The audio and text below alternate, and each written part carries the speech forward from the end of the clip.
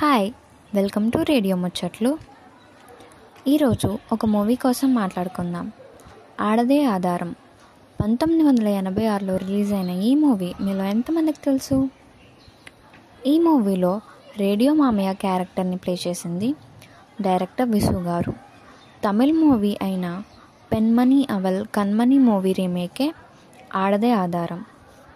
Radio మామయ్య character ఏంటి అంటే, ఎక్కడ గొడవ జరిగినా దాన్ని సాల్వ్ చేయడానికి వెళ్ళిపోతూ ఉంటారు, which is similar to our Relangi మామయ్య, మంచోళ్ళు.